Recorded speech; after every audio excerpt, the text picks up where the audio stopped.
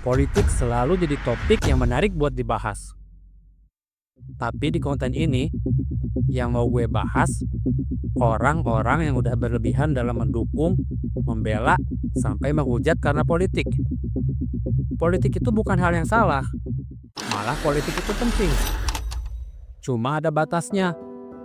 Jangan sampai kita malah jadi mabuk karena politik. Pilkada beberapa hari lalu telah selesai. Pilpres pun udah lama selesai.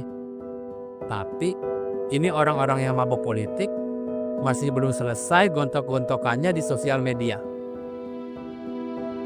Kalau lu perhatiin, ada yang kritik dikit, dituduh anak abah. Ada yang dukung pemerintah dikit, dituduh kaum fufu-fafa. Terus yang paling lucu nih, mereka tuh saling tuduh SDM rendah. Pasti lu pernah ngalamin, lagi enak nongkrong bareng temen, tiba-tiba ada temen yang bahas politik. Dia menyalahkan sampai menghujat orang-orang yang berbeda pandangan politik. Temen kayak gini bikin kita pengen pulang, ngurung diri di kamar sambil baca manga. Enakan jadi introvert daripada harus ngobrol sama orang mabok politik. Orang-orang mabok politik ini kadang sampai ngelakuin hal yang di luar nalar. Menurut data, banyak yang rumah tangganya retak karena perbedaan pilihan politik. Lalu ada juga tuh kemarin, orang yang rumahnya dipindahin, digotong rame-rame karena beda pilihan politik.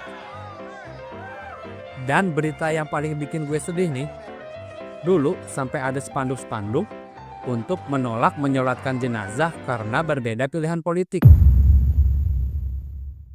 Gue heran, kenapa beda pilihan politik dianggap menjadi sesuatu yang salah oleh orang-orang mabok politik ini. Orang-orang mabok politik ini mungkin pelupa ya. Politikus-politikus yang kalian dukung tuh bisa berubah haluan secara tiba-tiba. Gak ada kawan ataupun lawan dalam politik. Adanya itu kepentingan. Contohnya banyak. Dulu ada Pak Prabowo dan Ibu Megawati yang sempat nyalon bareng buat Pilpres tahun 2009. Kalian tahu apa yang terjadi 5 tahun setelah itu? Yap, mereka berbeda kubu di tahun 2014. Pak Prabowo maju sendiri untuk Pilpres 2014. Sementara Ibu Megawati mendukung Pak Jokowi. Lalu apa yang terjadi dengan pendukung mereka? Pendukung yang awalnya satu kubu di tahun 2009 berubah jadi saling gontok-gontokan di tahun 2014. Masih butuh contoh yang lain? Nih contoh terbaru. Ingat Pilkada Jakarta 2017? Pak Ahok dan Pak Anies bertarung untuk Pilkada Jakarta. Menurut gue, ini adalah salah satu pilkada paling panas yang pernah gue lihat. Lalu apa yang terjadi saat ini? Pak Ahok dan Pak Anies berada dalam satu kubu, mendukung salah satu paslon di Pilkada Jakarta 2024. Bagaimana dengan pendukung mereka berdua? Yang dulu saling hujat di 2017, ada yang hujat pendukung penista agama, ada yang hujat orang-orang mabuk agama. Tapi sekarang sebagian dari mereka saling berpelukan mendukung paslon yang sama.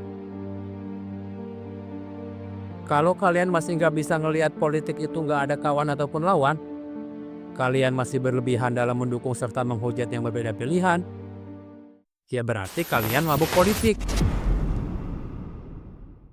Gue ingetin sekali lagi, cepetan sadar. Jangan sampai orang-orang di sekitar lu jadi malas ngelihat lu karena lu mabuk politik. Orang-orang di sekitar lu itu bakal lebih peduli dengan hidup lu. Bakal ngebantu ketika lu lagi susah. Sementara politikus yang lu dukung sampai bikin lu jadi kayak badut, dia belum tentu tahu kalau lu itu ada, kalau lu itu hidup. Menurut pendapat gue, orang-orang jadi mabuk politik karena para elit politik kurang mendidik pendukungnya menjadi dewasa dalam berdemokrasi. Buzzer-buzzer dikembangbiakan untuk menyebarkan negatif campaign dan black campaign. Sebenarnya sih negatif campaign mah sah-sah aja. Tapi bukankah lebih baik kalau buzzer digunakan untuk nyebarin visi misi? Jadinya adu visi misi, bukan saling menjatuhkan. Sementara buat black campaign nih, Ini yang paling bahaya. Buzzer-buzzer hobi nyebarin narasi yang bikin orang tersesat. Ditambah dengan kebanyakan rakyat Indonesia yang minim literasi, ogah mencari tahu informasi yang valid, jadi deh combo maut yang ngebuat orang jadi mabuk politik. Bukannya demokrasi, malah jadi demokrasi. Lagian, buat gue tuh aneh banget. Kenapa badut-badut ini malah saling hujat, bukan saling bujuk. Bukannya nambah suara dukungan, malah bikin ilfil. Ya, tapi begitulah orang mabok. Ketika orang udah mabok, lu nggak bisa ngarep mereka bisa berpikir kayak orang normal. Otak udah nggak dipakai. Dinasehati pun malah kayak ngomong sama tembok.